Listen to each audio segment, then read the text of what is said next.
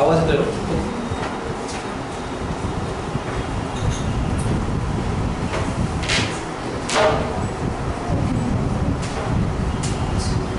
Okay, सर्व विद्यार्थ्यांना very good evening. कसे आहात सगळे?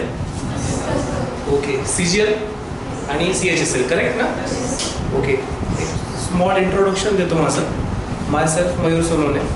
मी last 9 इयर्सपासून SINT means science and technology teach करत आहे MPSC UPSCला आणि इतर पण गव्हर्नमेंट एक्झामला, पुणे आणि औरंगाबाद या दोन्ही ठिकाणी. आता तुमच्या बॅचसाठी मी खास पुण्यावरूनच आलेलो आहे. मला आपल्याला SINT हे सरांचं माझं बोलणं झालं, सर म्हणे आमच्या विद्यार्थ्यांना SINT शिकवावं. येस. तर आता तुम्ही CHSL आणि CGLला सायन्स अँड टेक्नॉलॉजी आहे हे कोणाकोणाला माहिती आहे त्यांनी हातवरती करा की सिलेबसमध्ये आहे आपल्याला. ओके, आता सिलेबस अपडेटेड झालं ह्या वर्षी, तुम्हाला माहिती आहे सगळ्यांना.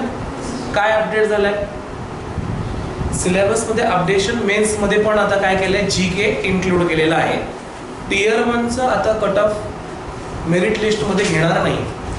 मेरिट लिस्टसाठी कशाचं कट ऑफ घेणार आहे आता? Tier 2चं. Tier 2 नंतर इंटरव्ह्यू आय थिंक कॅन्सल आहे ना. तर मेन एक्झाम Tier 2 आहे. Tier 2 एक्झामिनेशनमध्ये सगळ्यात इम्पॉर्टंट पोर्शन जो ॲड केलेला आहे आता, तिथं पेनचं सिलेक्शन कसं आहे?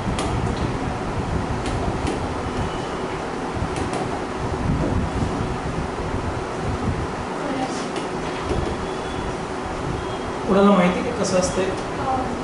Fourth option.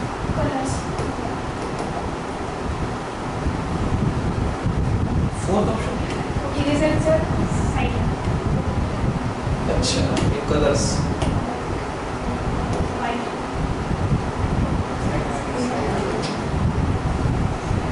ठीक आहे, एक मिनिट तुम्हाला द्या.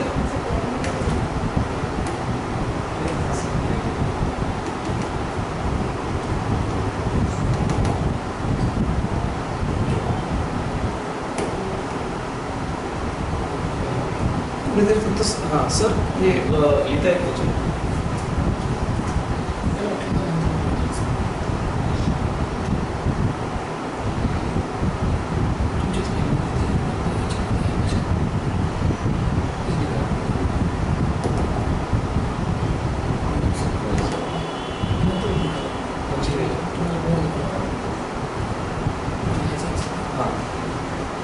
अच्छा अच्छा, ठीक आहे सर.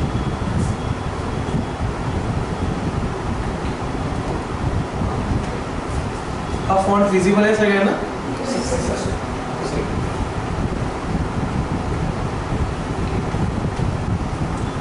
सो Tier 2 एक्झामिनेशनमध्ये आपल्याला GK हा पोर्शन दिलेला आहे, बरोबर, general knowledge.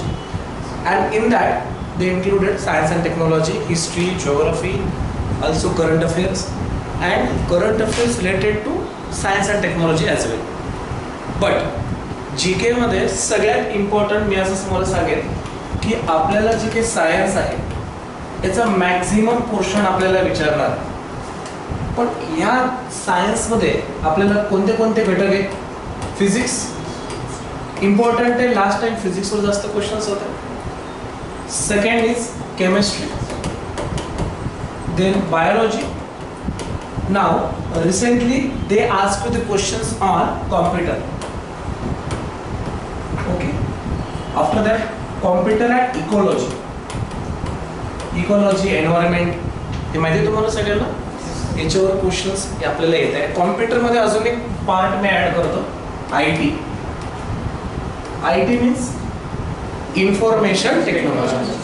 So in that information technology, they ask you the questions on WWW, World Wide Web, Internet Network Protocols, difference between 4G and 5G technologies. असे क्वेश्चन्स आपल्याला IT मध्ये त्यांनी विचारलेले आहेत. इन्फॉर्मेशन टेक्नॉलॉजीमध्ये कम्युनिकेशन रिलेटेड. सो 5G टेक्नॉलॉजीमध्ये किती frequency bands आहेत येते लक्षात, असे क्वेश्चन्स रिसेंटली आलेले.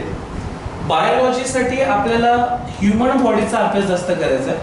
ह्युमन बॉडी मीन्स आपली बॉडी, त्याच्यामध्ये ब्लड सर्क्युलेटरी सिस्टीम आहे, डायजेस्टिव्ह सिस्टीम आहे, बरोबर, त्याच्यानंतर नर्वस सिस्टीम आहे. जेवढ्या पण सिस्टीम आहेत त्या आपण बायोलॉजीमध्ये आपण अभ्यास करतो. ऑल्सो क्लासिफिकेशन वरती आपल्याला क्वेश्चन ते विचारणार. क्लासिफिकेशन कशाचं? प्लांट क्लासिफिकेशन, ॲनिमल क्लासिफिकेशन, बरोबर आहे. For example difference between monocotyledon dicotyledon, बरोबर आहे. हे प्लांटचे दोन भाग आहेत अँजिओस्पर्ममध्ये. फॉर एक्झाम्पल ॲनिमल क्लासिफिकेशनमध्ये डिफरंट टाइप्स ऑफ फायलम्स असतात. आपण कशामध्ये येतो?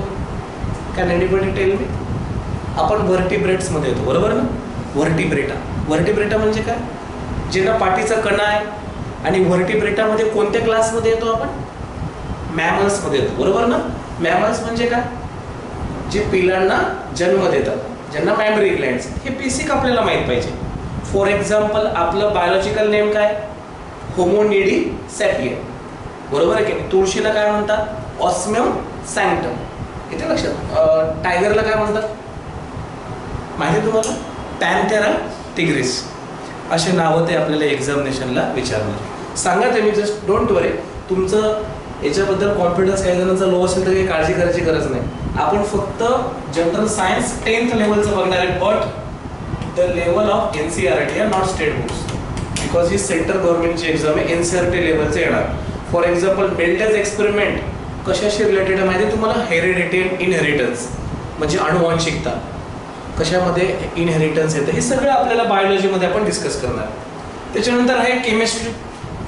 आता रिसेंटली केमिस्ट्रीमध्ये ना मेटल्सवरती क्वेश्चन्स आलेले होते. Metals, what are the different types of metals, different types of elements, classification of elements, basic chemical reaction day to day लाईफमध्ये. जसं की rusting of iron.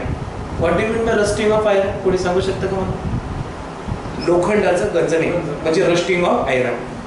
So it is a which type of chemical reaction? ही कोणत्या प्रकारची chemical reaction आहे? Oxidation. It is a redox reaction. कोणती reaction आहे? Redox means oxidation plus reduction. Clear? अभी ऑप्शन में वो भी रहेगा, ऑक्सीडेशन भी रहेगा, रिडक्शन भी रहेगा और रेडॉक्स रिएक्शन भी रहेगा. समझ में आ रहा है? कुछ ऑप्शंस बहुत नजदीक होते हैं, कुछ ऑप्शंस बिल्कुल ही नहीं होते. तो एलिमिनेशन मेथड लगानी. उसके बाद फिजिक्स. फिजिक्स के अंदर सबसे इंपॉर्टेंट वही न्यूटन्स लॉ. न्यूटन के कितने लॉ है? 4 है. 3 लॉ मोशन के हैं और 4th है ग्रेविटेशन. इसके ऊपर क्वेश्चन बनेगा Newton's law. Definitely they ask you the questions on the G, small g, acceleration due to gravity, effect of acceleration due to gravity. जैसे लास्ट टाइम क्वेश्चन आया था कि सबसे ज्यादा वेट कहाँ पे रहेगा अर्थ में, कोई बता पाएगा? सबसे ज्यादा वेट कहाँ पे रहेगा? For example it is our earth, north pole and south pole. It is equatorial. Okay, so मैं 4 ऑप्शन देता हूँ. At centre of earth, on the poles. Okay, number 3 on the equatorial, and number 4 in orbit. So where is the maximum value for weight? कोई बता पाएगा? And the acceleration due to gravity is directed toward the center. Acceleration due to gravity is directly toward the center. It is a pull force attracted by Earth. So at the center, at the poles, at the equatorial or orbit. So what is your answers? 4th. Okay. Anyone else? चुकलं तरी चालेल. First day आपलं. At center, weight is 0. Definitely there is a force of attraction directed toward the center. But जैसा आप centre में जाओगे, earth का mass as compare to you negligible हो जाएगा. 0 बनेगा. Because the force of attraction is directly proportional to the masses. You know that. Centre में mass 0 है, सो वेट सेंटर में कितना रहेगा? 0. तो देखो पहला ऑप्शन ही क्या दिया उन्होंने? सेंटर. चलो ये आंसर तो नहीं है. इक्वेटोरियल. इक्वेटोरियल भी आंसर नहीं है, ये भी नहीं, तो बचा यही है. पोल्स के ऊपर आंसर वेट सबसे ज्यादा है. देखो ये है ना एकेडमिक वाला साइंस जो कॉम्पिटिटिव एग्जाम में आने वाला है. बट ये क्वेश्चन ना घुमा के पूछते हैं. समझ में आ रहा है आपको? इसके वजह से इसके लिए थोड़ी रीडिंग बहुत जरूरी है. क्लासेस अटेंड करना जरूरी है। आप मेरे क्लासेस अटेंड करना है खाली, बस जो जितना भी मैं नोट्स देने वाला हूँ, लिख के देने वाला हूँ, उतना आप करोगे, क्वेश्चन लगाओगे डेली, डेफिनेटली आपको मार्क्स मिल जाएगा। I know that you must aware about every question is important to us, ये तो आपको पता है ना। कुछ बच्चे ऐसे तो टेंडेंसी नहीं है ना कि अरे यार इसको 2 मार्क आते क्यों करें, ऐसा तो नहीं ना किसी का। जैसे इंफॉर्मेशन टेक्नोलॉजी को 2 क्वेश्चन बनते हैं तो आप बोलोगे यार सर हम आईटी नहीं करेंगे, ऐसा नहीं होता है। आपको हर एक क्वेश्चन की तैयारी करनी पड़ती है while doing the competitive examination, okay ना। हर एक क्वेश्चन, बिकॉज टियर 2 को कॉम्पिटिशन बहुत ज़्यादा है। सो डेफिनेटली पोल्स के ऊपर डिस्टेंस सेंटर से कम है। सपोज डिस्टेंस r1 है, इक्वेटोरियल का डिस्टेंस r2 है, तो r2 बड़ा है r1 से। जितना डिस्टेंस बढ़ता है ग्रेविटी कम होती है, तो यहाँ पे डिस्टेंस ज्यादा है इसलिए ग्रेविटी कैसी है यहाँ पे, मिनिमम। और पोल्स के ऊपर डिस्टेंस कम है इसलिए ग्रेविटी कैसी है, because this force of attraction is inversely proportional to the distance, square of distance basically. ये तो समझ में आया ना। और ये डिस्टेंस कम ज्यादा क्यों हुआ पता है आपको? What is the reason behind?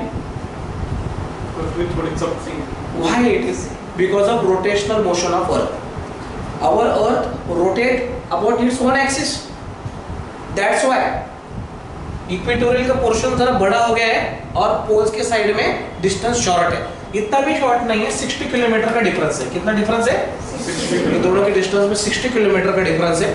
और जरा टेक्निकल हम अगर बात करें तो acceleration due to on equatorial is a 9.78 metre per second square and on the poles its value is 9.83 metre per second square. Okay, generally हम एग्जाम में क्या लेते हैं 9.8, तो ज्यादा डिफरेंस नहीं है।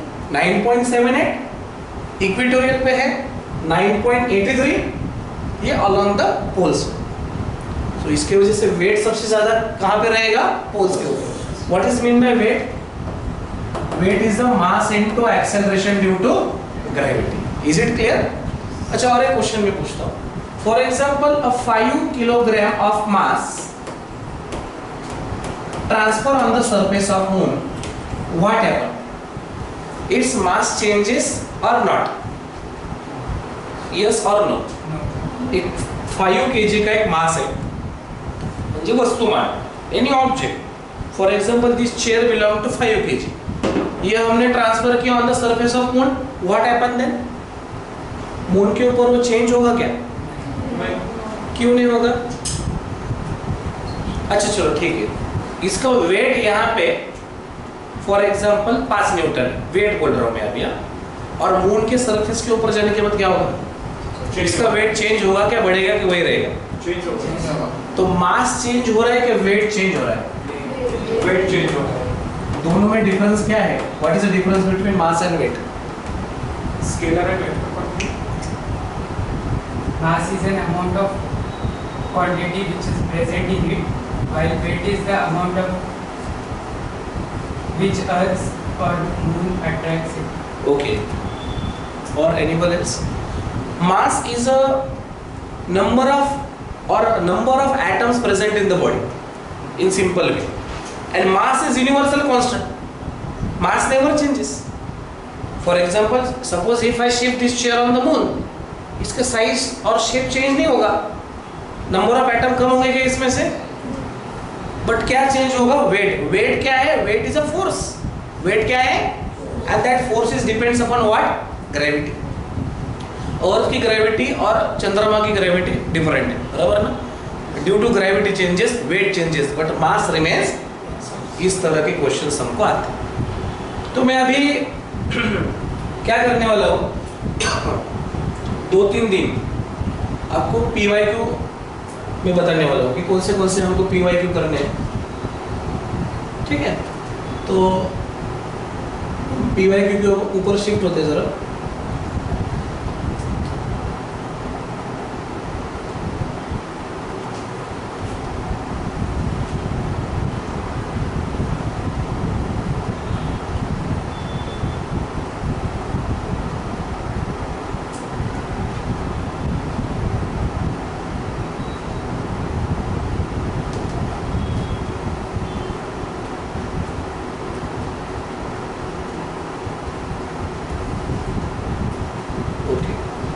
लास्ट ईयर एसएससी सीजीएल के कुछ क्वेश्चंस थे साइंस एंड टेक्नोलॉजी के ऊपर। मुझे लगता है हम यहाँ से स्टार्ट करेंगे, क्योंकि यदि हम यहीं से स्टार्ट करेंगे तो हमको पता चलेगा कि कैसे जाना है। पीपीटी ओपन होने को टाइम लगता है क्या? ओके, ठीक है, जो ओपन है उसके ऊपर चलते हैं।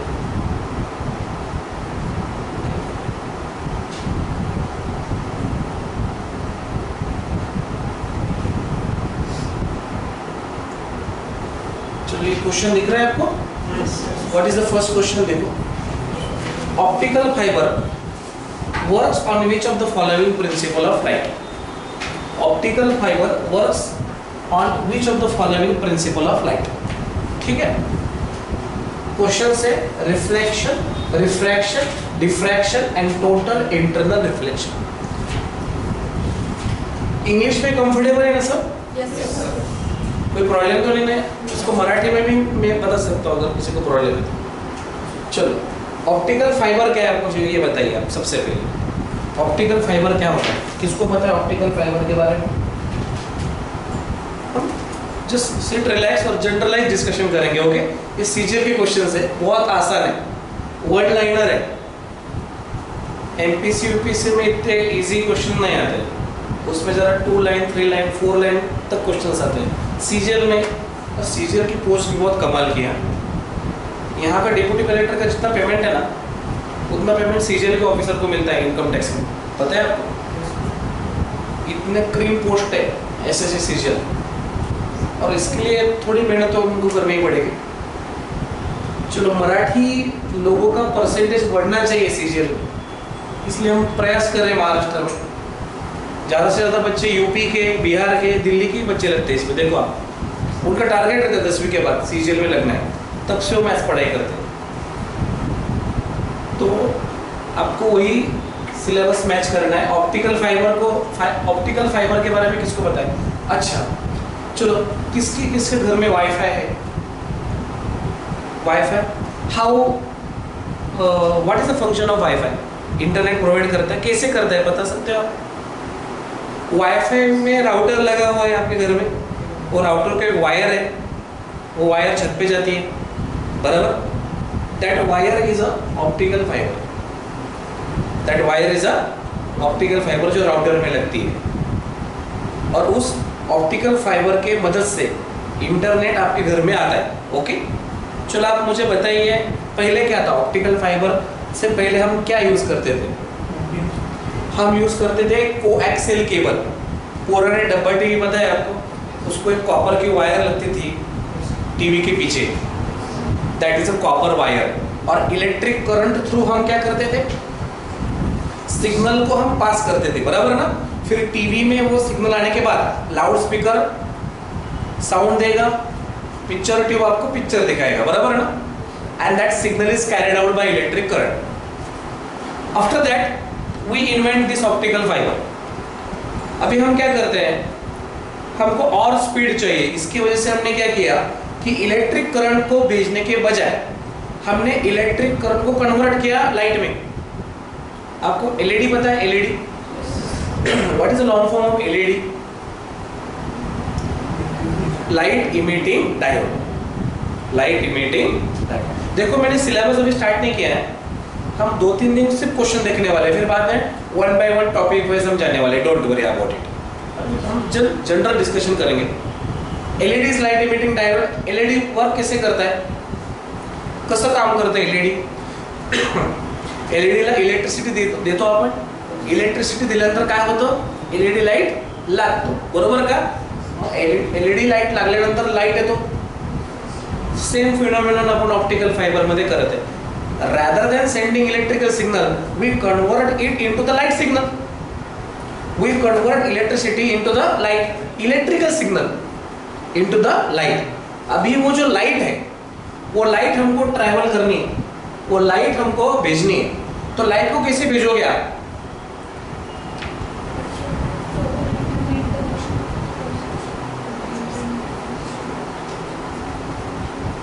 हमको अगर लाइट को भेजना है तो हम कैसे भेजेंगे, बोलिए?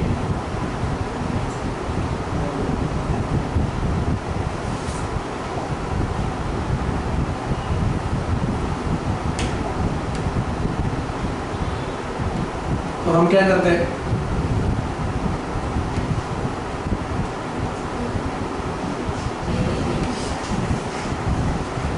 फॉर एग्जाम्पल एक वैकेंट स्पेस है इसमें, ओके, और इसके अंदर कुछ भी नहीं है, इसके अंदर हम क्या करते हैं, ऑप्टिकल फाइबर लगाते हैं, एक प्लास्टिक लगाते हैं, प्लास्टिक क्लैडिंग। जैसे कांच के ऊपर लाइट गिरने के बाद क्या होता है, लाइट रिफ्लेक्ट होता है, तो हम क्या करते हैं, उसी जैसा रिफ्लेक्टिंग सरफेस अंदर बैठा। अभी होता क्या है, इसके अंदर जब हम लाइट भेजेंगे तो ये लाइट इस तरह से इंटरनली क्या होगा, ये लाइट आगे आगे जाएगा, इसको हम बोलते हैं total internal reflection. There are the multiple reflection in the optical fibre. और फिर लाइट की स्पीड कितनी है पता है आपको? What is the speed of light? Speed of light is 3 into 10 to the power 8 metre per second. Light की speed कितनी है? 3 into 10 to the power 8 metre per second. और किलोमीटर पर सेकेंड में कितनी है पता है क्या? 3 लाख किलोमीटर पर सेकेंड। कितने आने वाली है वो? 3 lakh kilometre per second. Kilometre per second, it is the speed of light. Now we are transferring the data with the speed of light. सबसे फास्ट क्या है दुनिया में? सबसे फास्ट लाइट स्पीड है। क्या है? और उसी लाइट के स्पीड से हम क्या भेज रहे हैं? Data. By which? Optical fibre. We can achieve 5G plus network by using optical fiber, and its function is totally depends upon what? Total internal reflection. Now it is clear everybody? Yes sir. सबसे पहले हम क्या करते थे? Copper wire use करते थे, और copper wire में हम सिग्नल किससे भेजते थे? इलेक्ट्रिसिटी से। अभी हम क्या कर रहे हैं? लाइट के हिसाब से भेज रहे हैं, ओके ना? और राउटर क्या करेगा? वो लाइट को रिसीव करेगा और फिर से इलेक्ट्रिकल सिग्नल में कन्वर्ट करके आपके कंप्यूटर को डेटा देगा। जैसे फोटो डायोड होता है, एलईडी का उल्टा है फोटो डायोड। एलईडी क्या करता है? इलेक्ट्रिक सिग्नल लेके लाइट प्रोड्यूस करता है। फोटो डायोड क्या करेगा? लाइट लेके इलेक्ट्रिसिटी प्रोड्यूस करेगा। सोलर पैनल पता है आपको? उसमें सनलाइट गिरती है, इलेक्ट्रिसिटी तैयार होती है, उसमें फोटो डायोड होता है। क्या होता है? वो लाइट लेगा और इलेक्ट्रिसिटी तैयार करेगा। तो इसमें स्टार्टिंग के एंड में एलईडी रहेगा, एंड में फोटो डायोड रहेगा, और लाइट के हिसाब से आपका इंटरनेट चलेगा, ओके ना? अभी समझ में आ रहा है? पर हम अदर ऑप्शंस के बारे में भी चर्चा करेंगे, वो भी छोड़ना नहीं है। एक क्वेश्चन में आपके में 4 कॉन्सेप्ट लगाऊंगा। पहला, टोटल इंटरनल रिफ्लेक्शन समझ में आ गया। Now what about reflection of light? आप सवेरे उठने के बाद सबसे डरावना चेहरा देखते हो आईने में, तो किसका रिजल्ट है? रिफ्लेक्शन है ना? रिफ्लेक्शन है ना? Reflection means what? Incident ray and reflecting ray. Incident angle is equal to reflecting angle. दोनों भी एंगल अगर सेम है उसको रिफ्लेक्शन बोलते हैं। What about refraction? Suppose light enters from air into the water. एक लाइट रेज है, वो लाइट रेज एयर से वाटर में एंटर कर रहा है, सो क्या होगा? तब उसकी डायरेक्शन चेंज होगी, because the velocity of light depends upon the medium. आपको पता है अभी जो सूरज हमको दिख रहा है वो उसी पोजीशन पे नहीं है। Why? Because whenever sunlight enters into our earth, its direction changes. The light rays bends. Is it clear to all of you? This phenomenon of light changes its medium is called refraction. Whenever light rays goes from one medium to another medium, उसको हम refraction बोलते हैं। Reflection, light rays goes into the same medium. Reflection में एक ही medium है, refraction में 2 medium. यहाँ तक समझ में आया? ओके। टॉपिक के अंदर तुम्हें और डिटेल में पढ़ाऊंगा, डोंट वरी। डिफ्रैक्शन, कोई बताए कि डिफ्रैक्शन क्या है? What is diffraction? चलो मैं आपको क्वेश्चन पूछता हूँ, why sky is blue? Why sky is blue? No, scattering of light. हाँ, उसमें थोड़ा है उसमें, पर डिफ्रैक्शन ऑफ लाइट। अच्छा, सीवी रमन के बारे में पता है क्या? सीवी रमन कौन है? इंडियन साइंटिस्ट है, पर इंडिया का ऐसा पहला साइंटिस्ट है जिसको फिजिक्स में नोबेल प्राइज मिला है 1929 में। तब ब्रिटिशर्स का रूल था इंडिया के ऊपर, तब सीवी रमन को नोबेल प्राइज मिला है। वो फर्स्ट साइंटिस्ट है इंडिया के जिनको फिजिक्स में नोबेल प्राइज मिला है। क्यों मिला है? क्योंकि व्हाई स्काई इज ब्लू के बारे में उन्होंने इनोवेशन मतलब रिसर्च किया है। स्काई का कलर ब्लू क्यों है? उन्होंने यह कहा कि light consist of multiple colours like rainbow colours, red, orange, yellow, blue, green, indigo and violet. These are the 7 colors present in the sunlight. That is called as visible spectrum. In that, blue color, the wavelength of blue color is whenever it comes into our environment, it get diffracted in all directions due to the particles present in our environment. क्योंकि वो particle उस wavelength के level का है। समझ में आया? अभी हम रेड कलर सिग्नल सिस्टम में क्यों यूज करते हैं? क्योंकि रेड कलर की वेवलेंथ सबसे ज्यादा है। हम दूर से भी रेड कलर देख सकते हैं। क्यों? क्योंकि उसकी वेवलेंथ ज्यादा है। वायलेट कलर की वेवलेंथ सबसे कम है, ब्लू की सेकंड लास्ट है, second third last, and that's why blue colour का डिफ्रैक्शन सबसे ज्यादा होता है और बाकी के लाइट रेज स्ट्रेट ट्रैवल करते हैं और ब्लू एटमॉस्फेयर में फैल जाता है due to which concept? Okay, तो ये अभी आपको क्लियर हो गया। इस तरह से पढ़ना है। साइंस की पढ़ाई जरा अलग होती है। साइंस में ना कॉन्सेप्ट क्लियर करने पड़ते हैं, साइंस एंड टेक्नोलॉजी। आपके यदि कॉन्सेप्ट्स क्लियर है तो डेफिनेटली आप इसमें मार्क्स मिलाओगे। इसमें रट्टा नहीं हो सकता है। रट्टा अलग सब्जेक्ट्स में होता है, जैसे हिस्ट्री हो गया वगैरह। उसमें क्या है, लर्निंग तो करना है, कौन सा राजा कब आया, कौन सा राजा कब मरा, उसमें लॉजिक नहीं है ना। इसमें क्या है कि कॉन्सेप्ट्स है। हाँ, लॉजिक के बारे में बोल रहा था। लॉजिक तो आपका एलआर में है, लॉजिकल रीजनिंग, उसमें लॉजिक लगाइए। इसमें साइंस में लॉजिक मत लगाइए। मैक्सिमम स्टूडेंट क्या करते हैं कि उनको एग्जाम में लगता है कि इसका आंसर रिफ्लेक्शन होगा तो वो साइंटिस्ट बन जाते हैं, फिर उनके मार्क्स नहीं आते। सो डेफिनेटली साइंस के अंदर आपको क्या करना है, डेफिनेटली आपको कॉन्सेप्ट्स क्लियर करने हैं। 8, 9, 10th लेवल के ही करने हैं। और कुछ जो साइंस एंड टेक्नोलॉजी के करंट रिलेटेड अपडेट्स है वो मैं आपको बताऊंगा। फॉर एग्जांपल क्वांटम कंप्यूटर्स के बारे में है, सुपर कंप्यूटर कौन सा है ये आपको पूछने वाले हैं। Definitely they ask you the questions on the current affairs in science and technology, but core subject में भी क्वेश्चन आने वाले हैं। तो इसका आंसर हो गया total internal reflection. Clear everybody? चलो फिर हम आगे जाते हैं। नेक्स्ट देखो अभी क्वेश्चन क्या है, which one of the following is a bad thermal conductor? Aluminium, copper, glass and silver. ठीक है, ये क्वेश्चन है। विच of the following is a bad thermal conductor? Bad thermal conductor कौन है? सबसे पहले हम ये चर्चा करेंगे what is a thermal conductor. Thermal conductor का मतलब बताइए क्या है?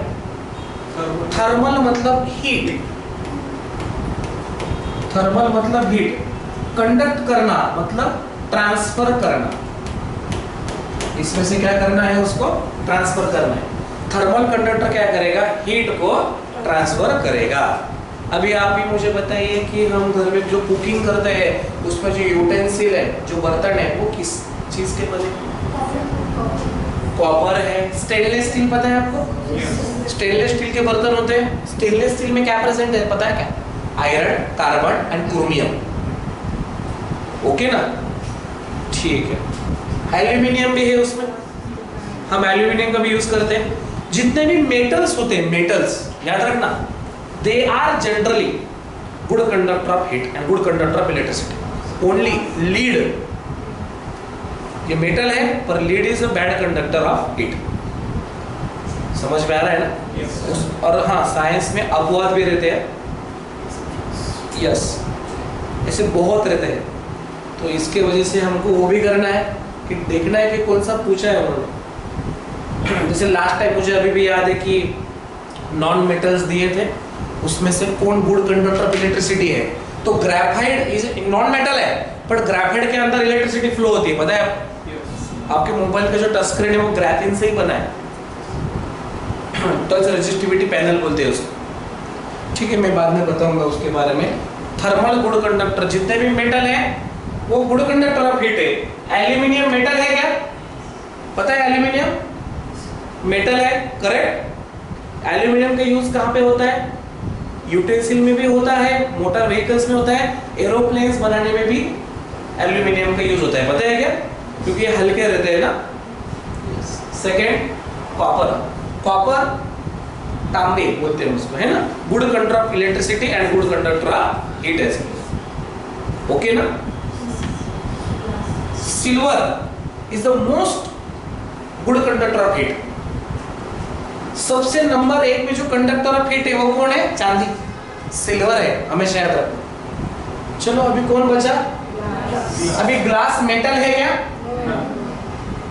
so glass is a bad conductor of heat. Glass is a bad conductor of heat. Glass is not a metal. It is a basically compound. कोई बता पाएगा glass किस चीज से बनता है, Can anybody tell me? Silicon से बनता है क्या, सिलिकॉन म्हणजे काय, कुठे असतं सिलिकॉन, जमिनीवर असतं, वाळू माहिती आहे ना, त्याला भाजलं की काच तयार होते, हे माहिती का कोणाला, ट्रान्सपरंट सबस्टन्स तयार होतो, त्याच्यात सिलिकॉन असतं, सिलिका असतं, सिलिका मला बोलायचं, मोर प्रॉपरली सिलिकॉन म्हणण्यापेक्षा I am talking about silica, okay ना, it is a more correct word than silicon. Silica से बनती है glass, okay, so glass is a bad conductor of heat. अभी यहाँ तक समझ में आया सबको, इस क्वेश्चन में डिफिकल्टी है, सीजीएल वाले क्वेश्चन है, देखो इतने इजी क्वेश्चन आते हैं, फिर भी बच्चों को मार्क नहीं मिलते क्योंकि वो करते ही नहीं पढ़े, उनको लगता है कि अदर सब्जेक्ट्स ही इंपॉर्टेंट है, वो तो इंपॉर्टेंट है ही, इसमें भी क्वेश्चन आने वाले हैं। नेक्स्ट क्वेश्चन देखो, rusting is electrolysis, oxidation, redox reaction and reduction. I think मैंने इसके बारे में बोला है, एक सीजीएल वाला यही क्वेश्चन था, रस्टिंग म्हणजे लोखंडाचं गंजणे। आता आपल्याला हे लक्षात पाहिजे की रस्टिंग होतं कशामुळे, रस्टिंग होतं कोणाचं, लोखंडाचं, फेरस, इसको हम Fe बोलते हैं, Fe का मतलब होता है फेरस। और जो भी मेटल होता है उसके ऊपर प्लस आयन बनता है, कौन सा आयन बनता है, प्लस। अभी जब भी ये ऑक्सीजन के साथ कांटेक्ट में आएगा, ऑक्सीजन का आयन माइनस होता है। अभी ये आयन्स के बारे में मैं आपको केमिस्ट्री में बताऊंगा। फेरस इलेक्ट्रॉन डोनेट करता है, इसलिए फेरस के ऊपर पॉजिटिव आयन रहता है, और ऑक्सीजन इलेक्ट्रॉन रिसीव करता है, इसलिए ऑक्सीजन के ऊपर नेगेटिव चार्ज रहता है, क्योंकि इलेक्ट्रॉन के ऊपर नेगेटिव चार्ज है ना, यस और नो, और पॉजिटिव नेगेटिव हमेशा एक साथ आते हैं, ये दोनों एक साथ अगर आ गए तो क्या हो जाएगा, रस्टिंग हो जाएगा, प्लस वाटर भी अगर साथ में आ जाएगा, पानी, ऑक्सीजन और आयरन एक साथ आ जाएंगे तो क्या बनेगा, रस्टिंग होगा। तो इसमें ऑक्सीजन आता भी है तो oxidation is also correct, oxygen निकलता भी है, रिडक्शन इज आल्सो करेक्ट, पर दोनों एक साथ होते हैं, ऐसी रिएक्शन कौन सी है, रेडॉक्स रिएक्शन, ऑक्सीडेशन भी होगा, रिडक्शन भी होगा, समझ में आ रहा है, so that is a redox reaction. अभी कैसे ऑप्शंस कैसे आ रहे हैं कि 50% करेक्ट ऑप्शन भी देते हैं, ऑक्सीडेशन 50% करेक्ट, रिडक्शन 50% करेक्ट, पर हमको चूज करना है 100% करेक्ट ऑप्शन, ठीक है। तो rusting of iron day to day life में कोई बता पाएगा, रस्टिंग ऑफ आयरन रोकने के लिए हम क्या करेंगे, रस्टिंग ऑफ आयरन रोकने के लिए हम आयरन के ऊपर जिंक की लेयर लगाएंगे। किसकी लेयर लगाएंगे, Zn का मतलब होता है जिंक, हमेशा याद रखना। और इस प्रोसेस को क्या बोलते हैं पता है आपको, गैल्वेनाइजेशन प्रोसेस। इसके ऊपर भी क्वेश्चन आता है, हम इसको बोलेंगे गैल्वेनाइजेशन प्रोसेस। ये 10th स्टैंडर्ड एनसीईआरटी में दिया है, केमिकल रिएक्शन टॉपिक नंबर 2, 10वीं की किताब एनसीईआरटी वाली, आखिर में दिया है गैल्वेनाइजेशन प्रोसेस। ये भी आपको पूछने वाले हैं।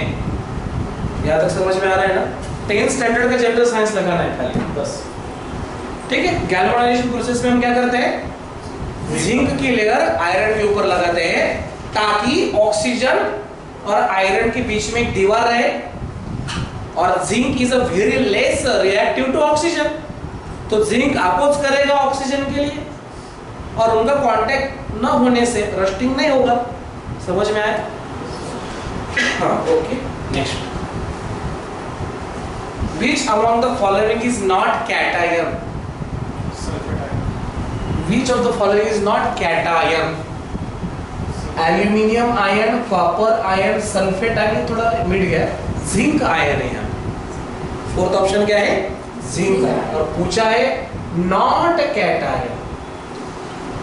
जब भी ऐसा आता है ना नॉट, इसका मतलब है आपको सारे ऑप्शन पता रहने चाहिए। सबसे हार्ड क्वेश्चन ये रहता है which of the following is not, which of the following is very easy question, always remember these things, पर जब ऐसा आएगा which of the following is not cation, इसका मतलब आपको पूरे ऑप्शंस के बारे में पता रहना चाहिए। Now what is a cation and what is anion? Can anybody tell me? Yes?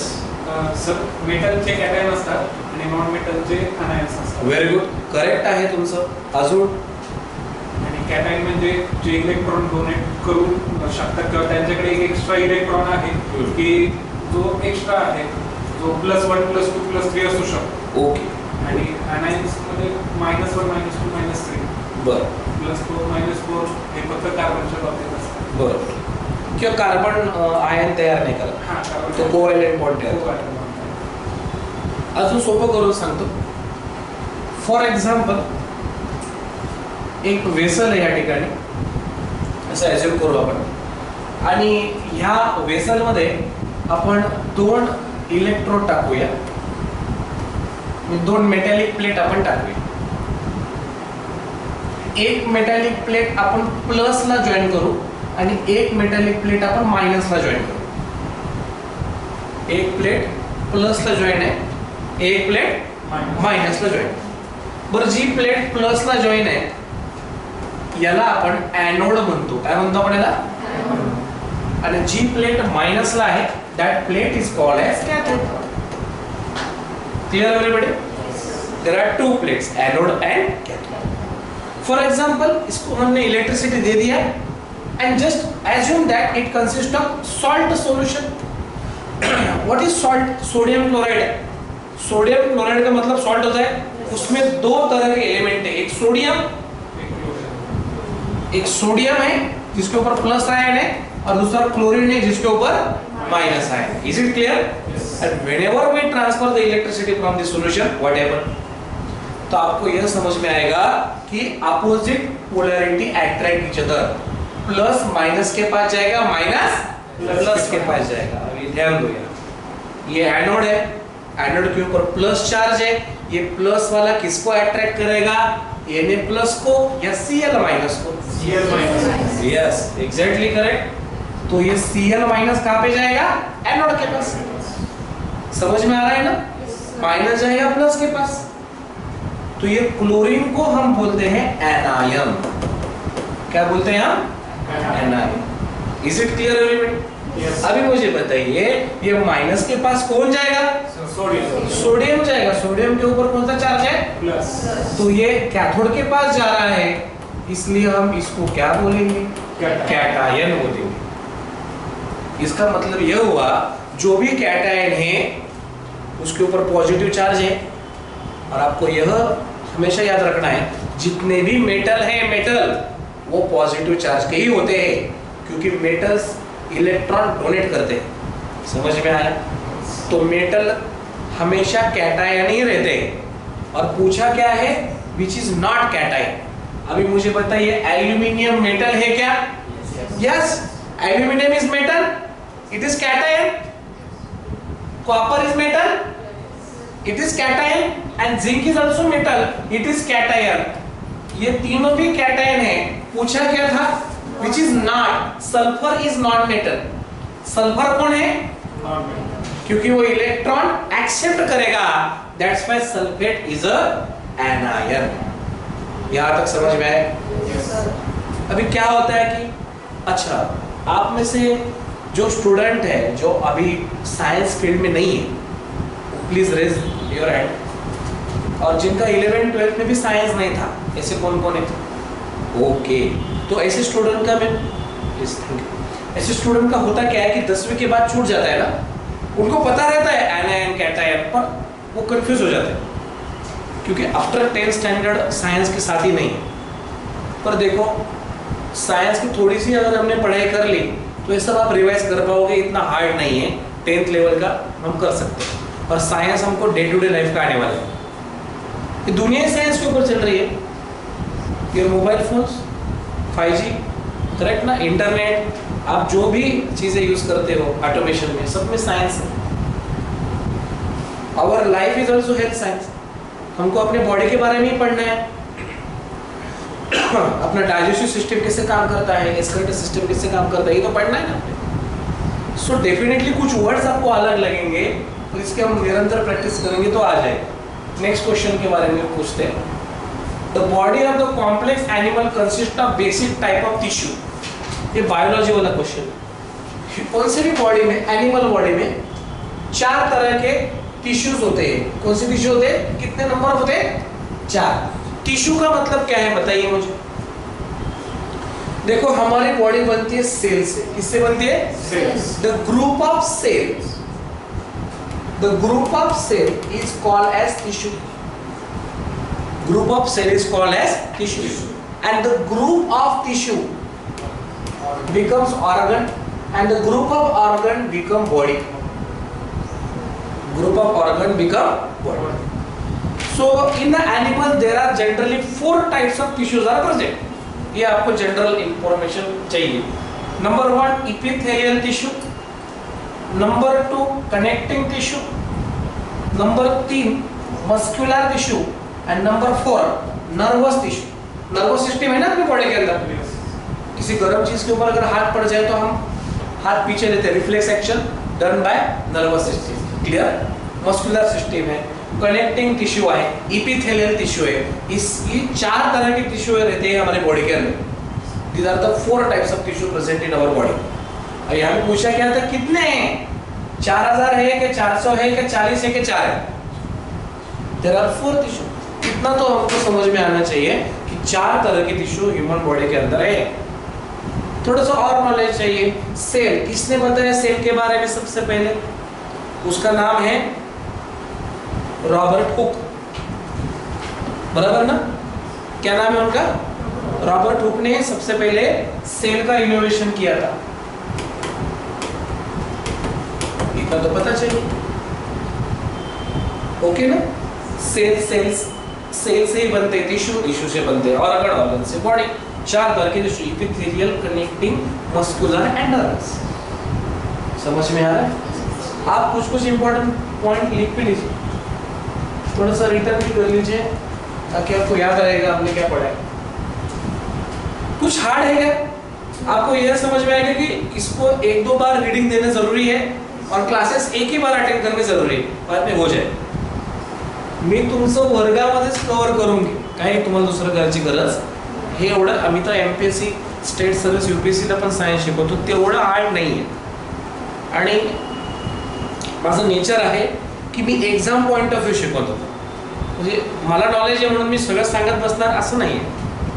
तर जे एक्झामला रिक्वायर्ड आहे मी तुम्हाला तेवढंच सांगेन। येते लक्षात? याचा अर्थ असं नाही की मला येत नाही। तुम्ही जर मला विचारलं आणखीन डिटेलमध्ये तर मी आणखीन डिटेलमध्ये पण सांगेन। पण माझं असं मत आहे की 2 कॅटेगरीचे स्टुडंट असतात, एकाला खूप नॉलेज असतं पण पोस्ट नाही भेटत, आणि एकाला जेमतेम नॉलेज असतं पण तो पोस्ट काढतो। मग ज्याने पोस्ट काढली तो हुशार आहे असं नाही आहे। ज्याने पोस्ट काढली त्याला एक्झामचा पॅटर्न कळलेला आहे, त्याला हे कळलेलं आहे की कोणत्या टॉपिकला किती वेळ द्यायचा आहे। आपण काय करतो, एखादा टॉपिक खूप आवडतो मग आपण त्याच्यातच तोच टॉपिक आपण जास्त करतो, असं नाही पाहिजे। येते का लक्षात मी कसं? कारण की हे आता बघा ना, मी सायन्स मला इतकं आवडत होतं तर मी सायन्स टीचर म्हणलो। UPSC मी 2 वेळेस इंटरव्ह्यू दिलेला आहे, तिथे झालं नाही सिलेक्शन, पण ह्यावेळेस स्टेट सर्व्हिसला आहे मी मेन्सला। I am also doing this same. मी पण मिस्टेक करून इथपर्यंत आलोय. पण नेहमी आपण मिस्टेक करून शिकणं म्हणजे लाईफ छोटी होऊन जाईल. तुम्ही दुसऱ्याच्या मिस्टेकमधनं पण शिकू शकता. तुम्ही हर एक सब्जेक्टला योग्य जर न्याय दिला तर तुम्ही डेफिनेटली पास होता. पुढचा क्वेश्चन बघू. What is the SI unit of pressure? SI म्हणजे काय हो? Standard system of international unit. SI म्हणजे काय? System of international unit. SI चा अर्थ असतो system of international unit.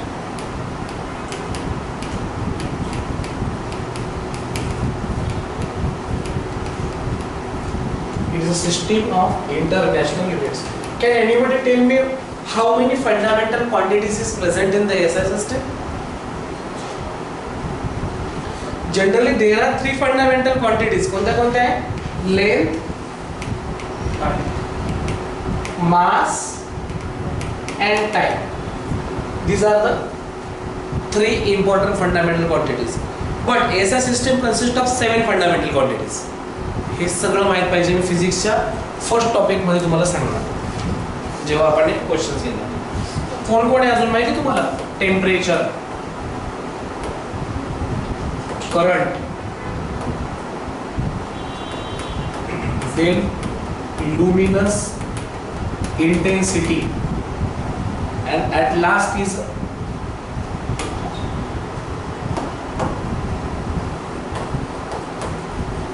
amount of substance. At last is a amount of substance. So these are the 7 fundamental quantities SI system. But you must know about that. What is the SI unit of pressure? आता pressure म्हणजे काय सांगा बरं मला. प्रेशरचा अर्थ काय येईल आता? Force apply करून. प्रेशरचा एक सिंपल फॉर्म्युला आहे. Force applied per unit area is unit is Newton per meter square and that is called as Pascal. Always remember we measure the pressure in a Pascal. Pressure कशामध्ये मोजतो आपण? Pascal. So our unit is Pascal. ठीक आहे. कधी कधी pascal येणार नाही मी हे पण सांगतो.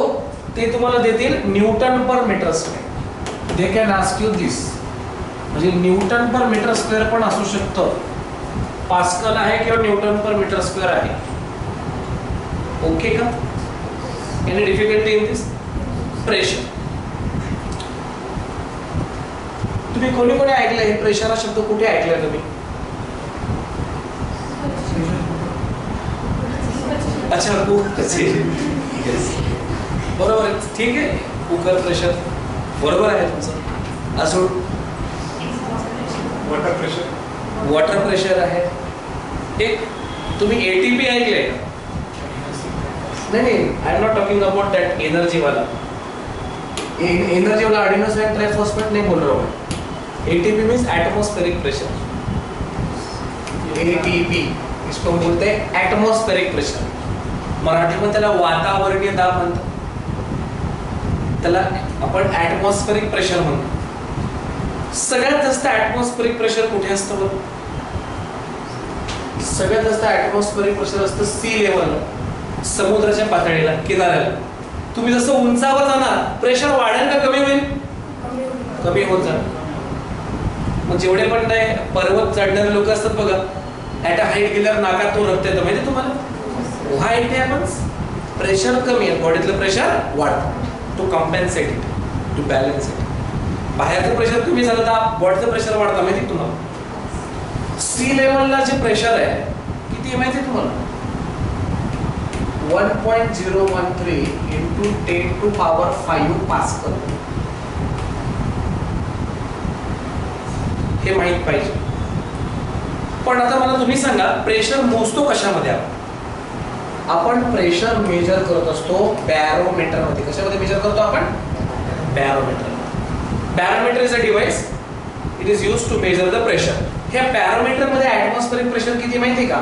760 mm. mm मीन्स मिलीमीटर किंवा 76 सेंटीमीटर किंवा 0.76 मीटर. हे पण माहित पाहिजे. You must know The pressure in a Pascal, pressure in a barometer scale. They can ask you the question. They can ask you both. So what is the pressure in a Pascal? 1.013 to 10 to power 5. अगर आपने 10 to power 5 भी याद रख लिया तो भी चलेगा. 10 to power 5 is a atmospheric pressure. Barometer में क्या होता है, मर्क्यूरी रहता है, जैसे थर्मामीटर में है ना, और मर्क्यूरी में स्केल होती है. तो सी लेवल पे बैरोमीटर 760 मिलीमीटर का स्केल बताएगा. सी लेवल पे सेंटीमीटर में कन्वर्ट करोगे तो 76, मीटर में कन्वर्ट करोगे तो 0.76. Is it clear? यस. और प्रेशर आपने कहाँ पे सुना है? Tell me. ब्लड प्रेशर के बारे में सुना है? यस. Blood pressure,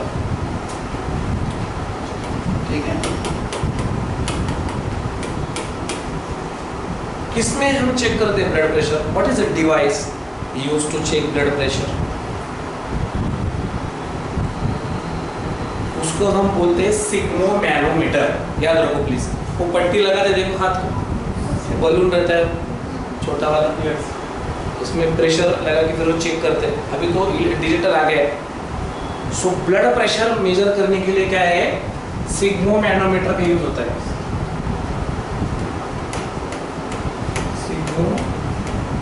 manometer. कितना रहता है blood pressure normally? Tell me. Human body का blood pressure 120 to 80 mm of Hg होता है. mm मतलब मिलीमीटर, Hg मतलब मर्क्यूरी. यहां तक समझ में आया? mm of Hg. Hg का मतलब होता है मर्क्यूरी.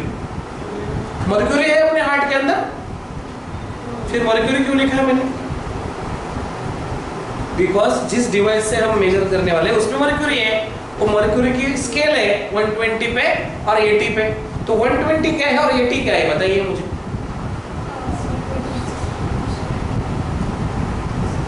तो 120 को हम बोलते हैं सिस्टोलिक और 80 को हम बोलते हैं diastolic. What is the systolic and diastolic? Can anybody tell me? I'm not confirmed, but 120 systolic म्हणजे high blood pressure and systolic म्हणजे खालचं. नहीं. Remember always, but you try well. Very good. It is not range.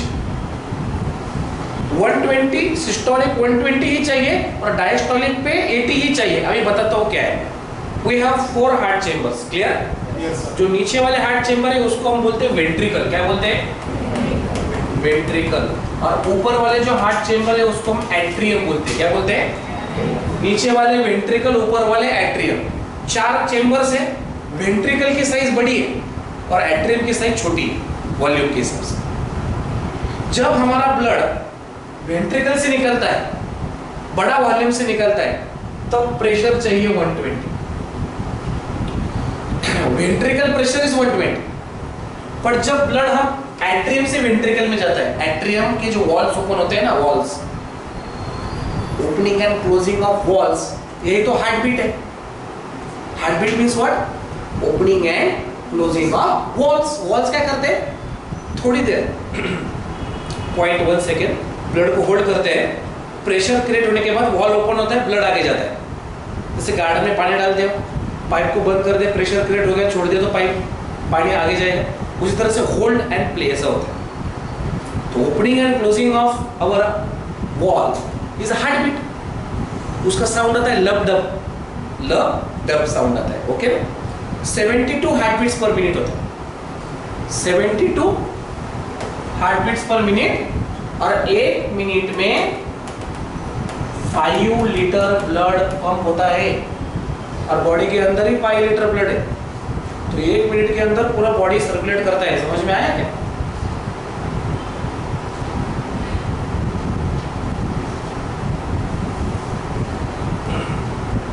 (72 heart beats per minute. Ventricle से जब blood आएगा तो उसको हम क्या बोलते हैं? सिस्टोलिक. अगर ये 150 के ऊपर चला जाएगा तो उसको बोलते हैं हाइपर ब्लड प्रेशर. 180 के ऊपर जाएगा तो उसको हाइपर टेंशन बोलते हैं. 200 के ऊपर जाएगा तो उसको आउट ब्रेक बोलते हैं।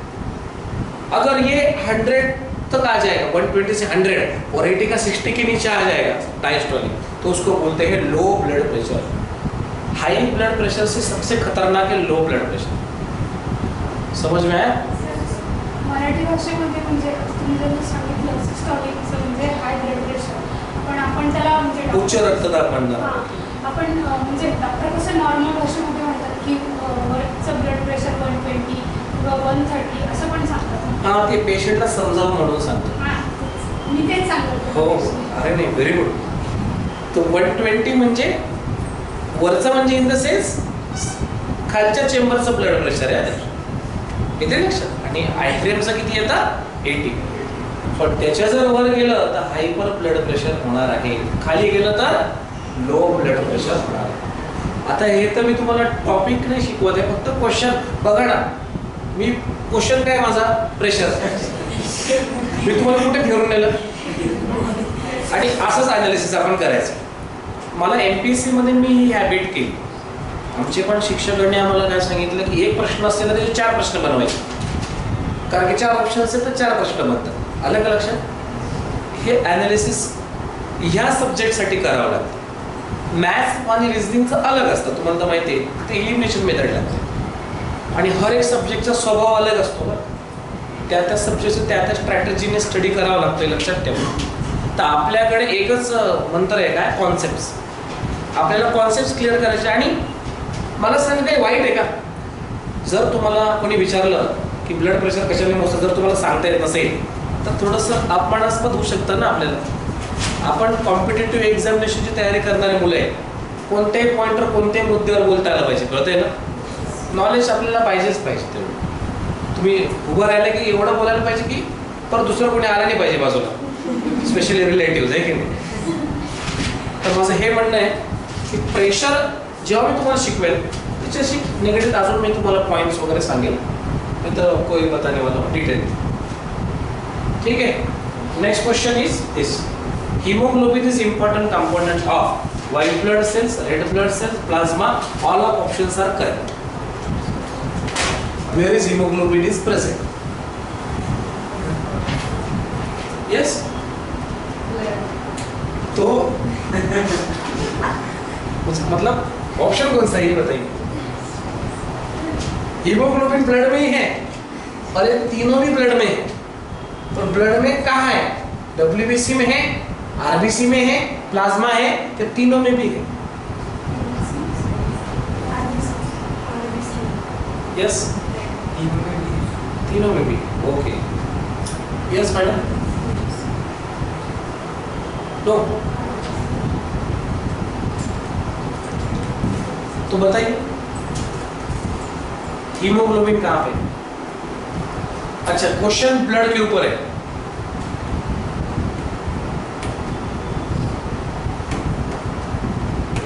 तो सबसे पहले व्हाट इज ब्लड? ब्लड क्या है? सर ब्लड तो खून है, बाहर आता है तो फिर टेंशन आता है कि लाल रंग का रहता है. पर what is the function of blood? Transportation करेगा, बराबर है. ब्लड का मेन काम है ट्रांसपोर्टेशन करना. क्यों क्यों चाहिए transportation? Because we are multi cellular animal. हम मल्टी सेलुलर है ना, तो हर सेल के लिए न्यूट्रिशन चाहिए, न्यूट्रिएंट्स चाहिए. ओके ना? और क्या क्या चाहिए? ऑक्सीजन चाहिए. क्या चाहिए? बराबर है ना? ये सेल है, इस सेल को ऑक्सीजन चाहिए. सेल को चाहिए ऑक्सीजन. सबसे पहले ऑक्सीजन आप कहां से लेते हो? नाक से लेते हो. और वो कहां पे जाएगा? लंग्स में. फिर लंग्स से पूरे बॉडी में जाएगा, बराबर ना? तो लंग्स में ऑक्सीजन गया, पर लंग्स से लेके सेल तक ऑक्सीजन जाएगा कैसे? तो ब्लड से जाएगा, बराबर. तो ये ब्लड लेकर जाएगा. इस ब्लड के अंदर एक हीमोग्लोबिन नाम का ट्रांसपोर्ट प्रोटीन है, हीमोग्लोबिन. और हीमोग्लोबिन मेल में, पुरुषों में इसका प्रमाण 13 to 18 ग्राम पर 100 ml होता है और महिलाओं में ये होता है 11.5 to 16.5। हीमोग्लोबिन की मात्रा पुरुषों में अधिक है, खून की मात्रा भी पुरुषों में अधिक है, 1 लीटर का फर्क है। 4.5 से 5 लीटर फीमेल, 5 से 5.5 लीटर मेल। हीमोग्लोबिन का परसेंटेज 13 से 18 जी मतलब ग्राम पर 100 ml, मतलब आप 100 ml खून लोगे तो उसमें 13 से 18 ग्राम क्या चाहिए? हीमोग्लोबिन। ये हीमोग्लोबिन क्या करता है? ऑक्सीजन को अट्रैक्ट कर लेता है। हीमोग्लोबिन क्या करता है? ऑक्सीजन को खून में अट्रैक्ट कर लेता है और वो हीमोग्लोबिन ऑक्सीजन को पहुंचाता है कहां तक? सेल तक। जब भी हीमोग्लोबिन ऑक्सीजन को अट्रैक्ट करेगा उसका कलर रेड बन जाता है, क्योंकि हीमोग्लोबिन के अंदर होता है Fe मतलब आयरन। एप्पल कट कर दो, व्हाइट कलर का बीच का पोर्शन बाद में रेड बनेगा, क्योंकि एप्पल में आयरन होता है, बाहर ऑक्सीजन है, दोनों का रिएक्शन होके रेड कलर बनेगा। समझ में आया ना? उसी तरह से जब खून में ऑक्सीजन रहता है और वो हीमोग्लोबिन में अटैच होता है तो खून का कलर भी रेड बनेगा। तो इसमें रेड वर्ड कहाँ पे? It is our answer. Red blood cell में ही होता है हीमोग्लोबिन और आरबीसी का काम होता है ऑक्सीजन का ट्रांसपोर्टेशन करना। नाउ बेसिक सा क्वेश्चन पूछता हूँ, व्हाई यू रिक्वायर्ड ऑक्सीजन? अभी आप बोलोगे सर जिंदा रहने के लिए चाहिए, सो ऐसा आंसर मत दीजिए, उसका पर्पस बताइए कि ऑक्सीजन क्यों चाहिए। बरं अजून? Yes, very good, you are nearest to the answer, but और किसी का कुछ व्यू है क्या? Why we required oxygen? चलो एक बात मैं पूछता हूँ आपसे, हमारे बॉडी के अंदर एनर्जी तैयार कौन करता है? नहीं, बॉडी का कौन सा पार्ट एनर्जी प्रोड्यूस करता है? Yes, digestive system? No, digestive system only converts complex food into simple food, फिर बाद में सिंपल फूड का एनर्जी बनता है। तो हमारे बॉडी के अंदर एनर्जी बनता है सेल के अंदर, और सेल हर जगह पे, पूरी बॉडी के अंदर जितने भी सेल है वो सब एनर्जी प्रोड्यूस करती है। और वो एनर्जी प्रोड्यूस कैसे करती है? वो एनर्जी तैयार करती है एटीपी। एटीपी का मतलब होता है एडिनोसाइन ट्राइफॉस्फेट। आप जो भी काम करते हो, जो आपकी एनर्जी लगती है, वो एनर्जी एटीपी है। ये एटीपी कौन बनाता है? सेल। पर ये एटीपी बनता कैसे? ये एटीपी बनने के लिए आपको 2 चीजें चाहिए। कौन सी 2 चीजें चाहिए? नंबर 1 चाहिए ग्लूकोज, प्लस चाहिए ऑक्सीजन। ग्लूकोज भी चाहिए और ऑक्सीजन भी चाहिए, तो जाके आपके शरीर के अंदर एटीपी प्रोड्यूस होगा और CO2 तैयार होगा। CO2 carbon dioxide. आप सांस लेते हो, ऑक्सीजन लेते हो ना, जब आप सांस छोड़ते हो तो क्या आता है? Carbon dioxide. ये तो पता है ना? तो कार्बन डाइऑक्साइड अगर हम छोड़ते हैं तो कहाँ प्रोड्यूस होता है कार्बन डाइऑक्साइड? ये तो क्वेश्चन है ना। हम तो ऑक्सीजन लेते हैं, पर ब्रीथ आउट करने के बाद कार्बन डाइऑक्साइड आता है, पर कार्बन डाइऑक्साइड कहाँ तैयार होता है बॉडी के अंदर? सेल में। कब तैयार होता है? जब एनर्जी तैयार होती है। ये याद रखो। प्लांट का उल्टा है। प्लांट क्या करते हैं? कार्बन डाइऑक्साइड लेते हैं, फोटोसिंथेसिस करके ऑक्सीजन देते हैं। और हम क्या करते हैं? हम ऑक्सीजन लेते हैं, एटीपी तैयार करके कार्बन डाइऑक्साइड देते हैं। तो ये कार्बन डाइऑक्साइड कहाँ पे प्रोड्यूस हुआ? सेल के अंदर। ये सारा प्रोसेस कहाँ पे होता है? सेल के भी अंदर एक माइटोकॉन्ड्रिया नाम का पार्ट है, माइटोकॉन्ड्रिया। उसको हम पावर हाउस ऑफ सेल बोलते हैं। क्या बोलते हैं? ये मैं आपको टॉपिक में पढ़ाने वाला हूँ डिटेल में, डोंट वरी। माइटोकॉन्ड्रिया, उसके सारे फंक्शंस, पीपीटी नोट सब दूंगा मैं, कुछ चिंता करने की जरूरत नहीं। पर मैं जो बोल रहा हूँ समझ में आ रहा है ना? So why we required oxygen? We required oxygen for energy, and where energy is produced in the cell. We require 2 things, oxygen and glucose. That's why our respiration is anaerobic respiration. हमारा respiration कौन सा है? Anaerobic respiration. हम उसको ऑक्सीश्वसन बोलते हैं। पर जो बैक्टीरिया होते हैं उनको ऑक्सीजन की जरूरत नहीं है, and that's why bacteria produce fermentation. जैसे कि जो फर्मेंट वाली चीजें, इडली खाते हो आप, और फर्मेंटेड फूड है, उसमें बैक्टीरिया है। दूध का दही बनता है, उसमें लैक्टोबैसिलस बैक्टीरिया क्या करता है? एटीपी तैयार करके दही में लैक्टिक एसिड बनाता है। तो ये बैक्टीरिया विदाउट ऑक्सीजन ग्लूकोज के एटीपी तैयार करते हैं, पता है क्या? उसको हम बोलते हैं एनारोबिक रेस्पिरेशन। क्या बोलते हैं? बहुत ज्यादा एक्सरसाइज करने के बाद पैरों में दर्द होता है, क्यों होता है पता है? क्योंकि मसल्स को ऑक्सीजन कम आता है, पर muscles without oxygen ATP produce करता है, तब लैक्टिक एसिड तैयार होता है हमारे पैरों के अंदर, फिर हमारे मसल्स दुखने लगते हैं। ये हमेशा याद रखो। अल्कोहल पता है आपको किसे बनता है? ज़ाइमेज नाम का एंजाइम है, जो मोलासेस है उससे इथेनॉल तैयार होता है। What is mean bye molasses? जो शुगर केन आहे, उसके शुगर बनने के बाद जो रेसिड्यू पार्ट आहे त्याला मळी म्हणतात ऊसाची, त्याच्यापासून from that we produce ethanol. और पेट्रोल में 10% क्या है? इथेनॉल हम ऐड कर रहे हैं, 10% इथेनॉल है। रिसेंटली गडकरी साहब ने क्या बोला? हम इथेनॉल की मात्रा 30 से 40% तक बढ़ाने वाले हैं। फिर जो हमारे पास जो पेट्रोल वाली गाड़ी है वो चलेगी नहीं, बराबर ना? तो उसके लिए अलग इंजन बनने वाला है, उसको बायोफ्यूल बोलते हैं। क्या बोलते हैं उसको? बायोफ्यूल। ये सारी चीजें आपको पता रहनी चाहिए। डेली एक हैबिट डाल दीजिए, न्यूज़पेपर पढ़ते जाओ। जीके इंपॉर्टेंट है लाइफ में। अब किसी भी क्षेत्र में जाइए, general knowledge is very important, and syllabus में तो है ही है। सो बोलिए, हीमोग्लोबिन कहाँ में प्रेजेंट है? आरबीसी, रेड ब्लड सेल्स में प्रेजेंट है, बराबर ना? Next, anaemia is caused because of deficiency of the following: cobalt, iron, sodium, calcium. Anaemia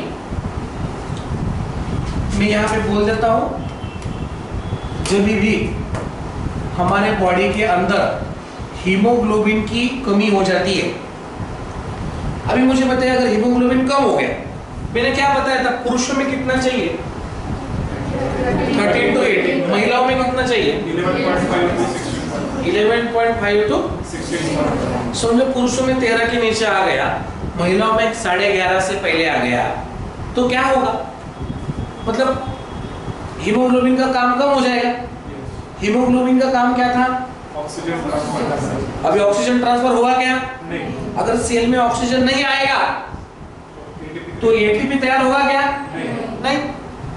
ATP तैयार नहीं हो तो क्या होगा? चक्कर आएंगे, आंखों के नीचे काला आ जाएगा, बहुत उसको वीकनेस लगेगा हीमोग्लोबिन की कमी की वजह से। पर हीमोग्लोबिन में क्या है? Fe मतलब क्या? आयरन है। जब हीमोग्लोबिन की कमतरता होती है, जो ये मैंने जो बोला सिम्टम्स है, उसको हम एनीमिया बोलते हैं। क्या बोलते हैं उसको? एनीमिया, हीमोग्लोबिन की कमी की वजह से। पर हीमोग्लोबिन के अंदर कौन सा एलिमेंट है? जब आयरन की डिफिशियंसी होती है तब एनीमिया होता है, क्योंकि हीमोग्लोबिन की मात्रा गिर जाती है। जिनको हीमोग्लोबिन की मात्रा कम है उनको डॉक्टर बोलते हैं बीट खाइए, कैरेट खाइए, और क्या बोलते हैं उनको, लाइक वेजिटेबल्स जिसमें आयरन, एप्पल जिसमें आयरन की मात्रा ज़्यादा है, गुड़ में भी आयरन की मात्रा कैसी है? ज़्यादा। उनका डाइट अलग होता है। अगर हीमोग्लोबिन की मात्रा बहुत ही कम हो जाएगी तो उनको खून देना पड़ता है ऊपर से, पता है क्या? सो इट इज, महिलाओं के अंदर हीमोग्लोबिन की कमतरता बहुत ज़्यादा हो जाती है, एनीमिया, हमेशा याद रखें। तो एनीमिया क्यों होता है? आयरन कम होने की वजह से, हीमोग्लोबिन कम होने की वजह से, ऑक्सीजन की मात्रा कम होने की वजह से क्या हो जाता है? एनीमिया डिसीज होता है। Clear? This is simple. Why does blackboard appears black in colour? Very interesting question, इसमें कंसेप्ट ही लगेगा। Why does a blackboard appears black in colour? Black क्यों होगा? चलो, रूम में अगर पूरा डार्कनेस है तो आपको कुछ दिखाई नहीं देगा। हम चीजों को देख पाते हैं क्योंकि चीजों के ऊपर लाइट गिरती है, फिर वो लाइट रिफ्लेक्ट होकर हमारे आंखों में आती है, बराबर। रिफ्लेक्शन होगा ही नहीं लाइट का। जहां पे लाइट का रिफ्लेक्शन नहीं होता है वो चीजें हमको ब्लैक दिखने लगेंगी।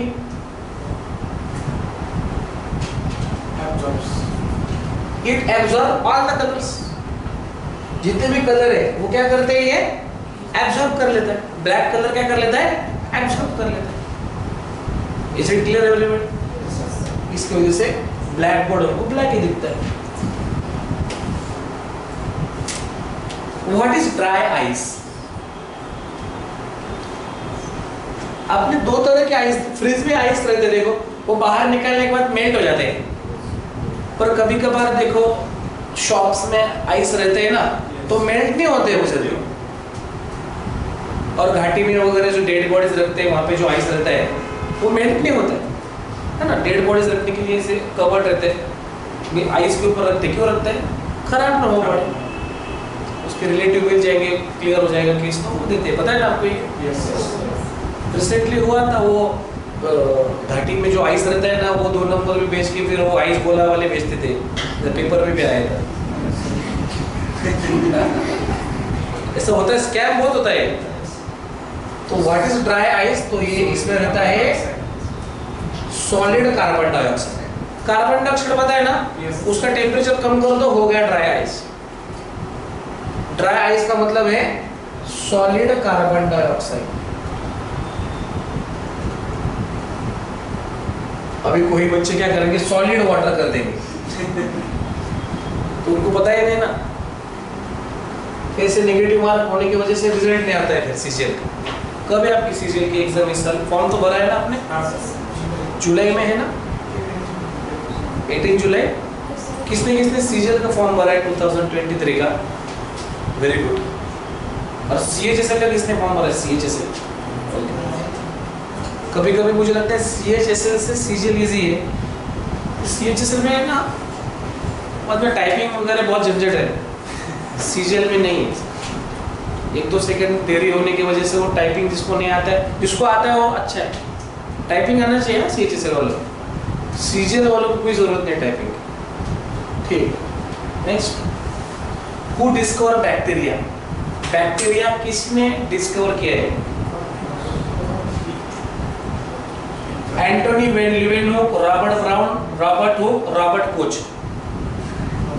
रॉबर्ट हुक ने तो सेल का इनोवेशन किया था, ये कट जाएगा। रॉबर्ट ब्राउन ने सेल के अंदर न्यूक्लियस का इनोवेशन किया था, इसलिए ये भी कट जाएगा। रॉबर्ट कोच एक कोई नहीं person, third person. Our answer is Leeuwenhoek. Leeuwenhoek ने सबसे पहले बताया था कि ऐसे सेल है जिसके अंदर न्यूक्लियस ही नहीं है। ऐसे सेल है जिसके अंदर न्यूक्लियस नहीं।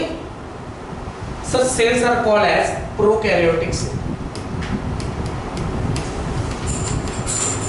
और जिनके अंदर न्यूक्लियस होता है उनको हम बोलते हैं यूकैरियोटिक सेल। जैसे एनिमल सेल, प्लांट सेल्स और यूकैरियोटिक सेल। और जिनके अंदर न्यूक्लियस नहीं उसको हम क्या बोलते हैं? Prokaryotic cell. तो all bacterias are prokaryotic cell.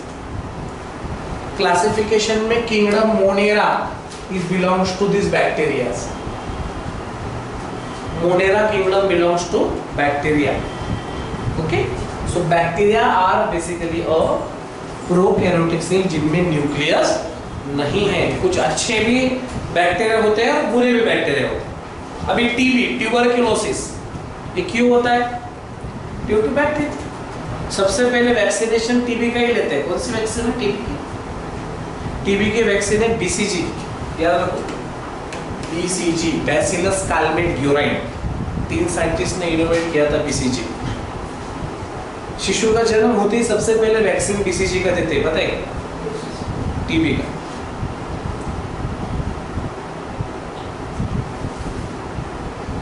What is the name of the group of similar cell performing specific function? What is the name of group of similar cell performing specific function? Tissues. Simple.